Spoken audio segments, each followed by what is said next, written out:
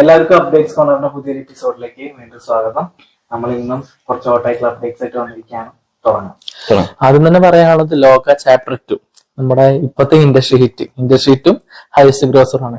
അപ്പൊ സിനിമയുടെ രണ്ടാം ഭാഗം, സിനിമയുടെ ഒരു ഒഫീഷ്യൽ അപ്ഡേറ്റ് കല്യാണി ബ്രദേഴ്സ് നൽകിയിട്ടുണ്ട്. നമ്മൾ ഓൾറെഡി പറഞ്ഞിട്ടുണ്ടായിരുന്നു ഈ വർഷം ഷൂട്ട് തുടങ്ങുന്നുള്ള കാര്യം. ഈ വർഷം സെപ്റ്റംബറിൽ സിനിമയുടെ ഷൂട്ട് തുടങ്ങുകയാണ്.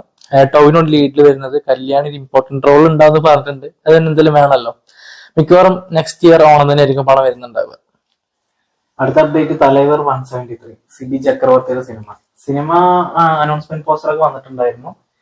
ഏപ്രിലില് സിനിമയുടെ ഷൂട്ട് സ്റ്റാർട്ട് ചെയ്യാൻ പോവാണ്. ഏകദേശം ഒരു സെപ്റ്റംബർ വരെ ഷൂട്ട് ഉണ്ടാവുക എന്നാണ് പറയുന്നത്, കേൾക്കുന്നത്. ഇപ്പൊ അതിനെപ്പറ്റി വേറൊരു അപ്ഡേറ്റും കൂടി കേൾക്കുന്നുണ്ട്. കുറച്ചും കൂടി എക്സൈറ്റ് ആയിട്ട് തോന്നുന്നു. സ്റ്റാർ കാസ്റ്റിനെ പറ്റിയിട്ട്, അതായത് ഒരു മലയാളം ആക്ടർ ഡയറക്ടർ സിനിമയിൽ ഉണ്ടാവും എന്നുള്ള ന്യൂസ് ഭയങ്കരമായിട്ട് കേൾക്കുന്നുണ്ട്. മെയിൻ ആയിട്ട് എടുത്ത് പറയുകയാണെങ്കിൽ ബേസിൽ ജോസഫിന്റെ പേരാണ് കേൾക്കുന്നത്. പറയാം, ആളിപ്പോ അവിടെ ഉണ്ട്. അതെ. അപ്പൊ പരാശക്തി പോലത്തെ സിനിമയിലൊക്കെ അഭിനയിച്ചിട്ട്, പിന്നെ റാവടി എന്ന് പറഞ്ഞ സിനിമയിലേക്ക് പുള്ളി ഉണ്ടല്ലോ. അത്യാവശ്യം അവിടെ ആൾക്കാർക്ക് ഇഷ്ടപ്പെടുന്ന ആക്ടറാണ്. പിന്നെ ലാസ്റ്റ് വന്ന ഒരുപാട് സിനിമകൾ നോക്കി കഴിഞ്ഞാൽ രജനീകാന്തിന്റെ സിനിമകളിൽ ഇങ്ങനെ മലയാളത്തിൽ ഒരുപാട് പേരുണ്ട്. ലാസ്റ്റ് സൗബിൻ ഫഹദ് ഒക്കെ ഉണ്ടായിരുന്നു, ലാലേട്ടൻ.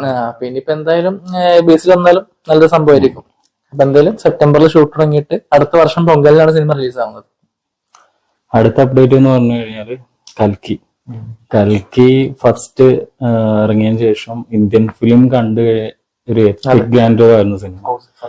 അത് അങ്ങനെ ഒരു തീമും പിന്നെ ഒരു നമ്മളൊരു ഇതിഹാസത്തെ അതിനോട് ബന്ധപ്പെടുത്തിയിട്ട് ഭയങ്കരമായിട്ടുള്ള ഒരു സ്ക്രിപ്റ്റ് ആയിരുന്നു ഉണ്ടായിരുന്നത് അതിന്. അപ്പോ ഡയറക്ടർ നാഗശ്വിന്റെ അദ്ദേഹം ആ സിനിമയുടെ രണ്ടാമത്തെ ഭാഗത്തിന്റെ വർക്ക് അന്നേ തുടങ്ങി. കാരണം ഒന്നാമത്തെ ഇതിന്റെ വർക്ക് തന്നെ അയാൾ ഒരുപാട് കാലം ചെയ്തിട്ടാണ് അത് ചെയ്തത്. അപ്പോ സിനിമയുടെ രണ്ടാമത്തെ ഭാഗത്തിന്റെ ഷൂട്ടിംഗ് തുടങ്ങിയിരിക്കുന്നു. അമിതാഭ് ബച്ചനും കമൽഹാസനും ഒക്കെ ജോയിൻ ചെയ്ത് നമ്മൾ കുറെ സ്റ്റിൽസ് കണ്ടു. അപ്പോ പ്രഭാസിനെ സംബന്ധിച്ചിടത്തോളം എന്താന്ന് വെച്ച് കഴിഞ്ഞാൽ ഒരു സിനിമ നന്നായ ഒരു സിനിമ മോശമാവുന്ന ഒരു അവസ്ഥ ഉണ്ട്. ഇനിയിപ്പോ വരാൻ പോകുന്ന സിനിമകള് ഇപ്പൊ 3 പറയുകയാണെങ്കിലും, ഇപ്പൊ കൽക്കി 2 ആണെങ്കിലും, സ്പിരിറ്റ് ആണെങ്കിലും, ഫൗസി ആണെങ്കിലും ഒക്കെ നല്ല ഡയറക്ടേഴ്സിനെ വെച്ചിട്ടുള്ളതാണ്. നന്നാവട്ടെ സിനിമ. അതെ.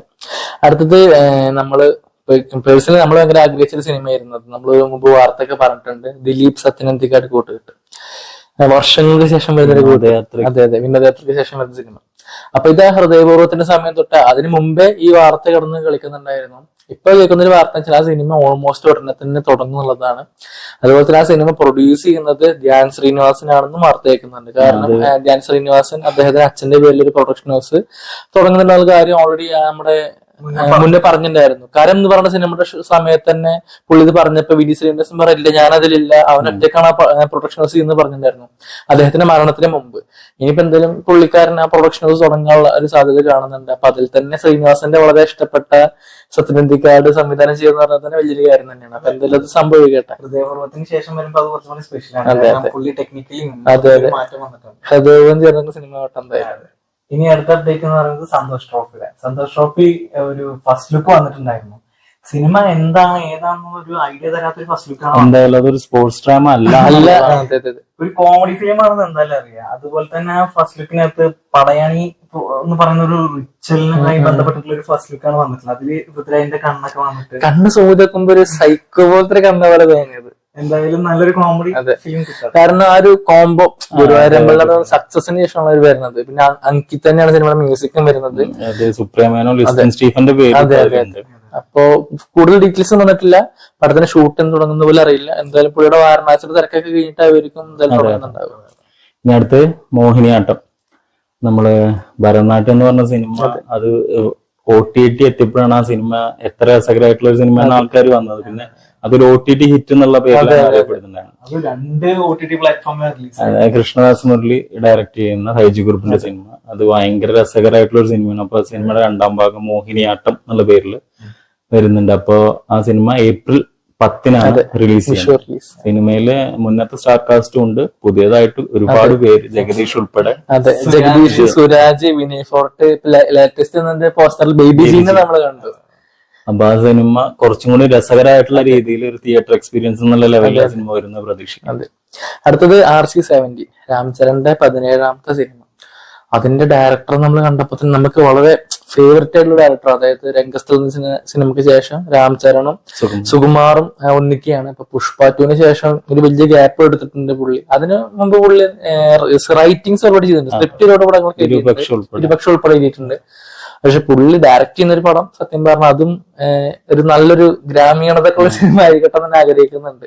കൂടുതൽ ഡീറ്റെയിൽസ് ഒന്നും വന്നിട്ടില്ല, പക്ഷെ ഇവര് ഒന്നിക്കുന്ന സിനിമ എന്നുള്ളതാണ്. അതന്നെ വലിയൊരു അടുത്ത അപ്ഡേറ്റ് കണ്ണാറിന്റെ പോസ്റ്റ് പ്രൊഡക്ഷൻ വർക്കുകൾ സ്റ്റാർട്ട് ആയിട്ടുണ്ട്. അപ്പൊ അതിനർത്ഥം സിനിമ ഈ വർഷം തന്നെ ഓൾമോസ്റ്റ് ഉണ്ട് എന്നുള്ളതാണ്. മേ ബി ഒരു ക്രിസ്മസ് ഒക്കെ ആകുമ്പോഴെങ്കിലും വരുമായിരിക്കും. ക്രിസ്മസ് എന്ന് പറഞ്ഞ് 10 മാസം പറയാ ഞാനത്. അപ്പൊ അതുവരെയെങ്കിലും എന്റെ ആഗ്രഹം ഇത് ഓണത്തിന് ഇനി കൊണ്ടുവന്ന് വെച്ചിട്ട് ബാക്കി സിനിമകളെ സിനിമയ്ക്ക് അത്യാവശ്യം ഹ്യൂജ് ആയിട്ടുള്ള ഒരു പോസ്റ്റ് പ്രൊഡക്ഷൻ വർക്ക് ഉണ്ടായിരിക്കാം.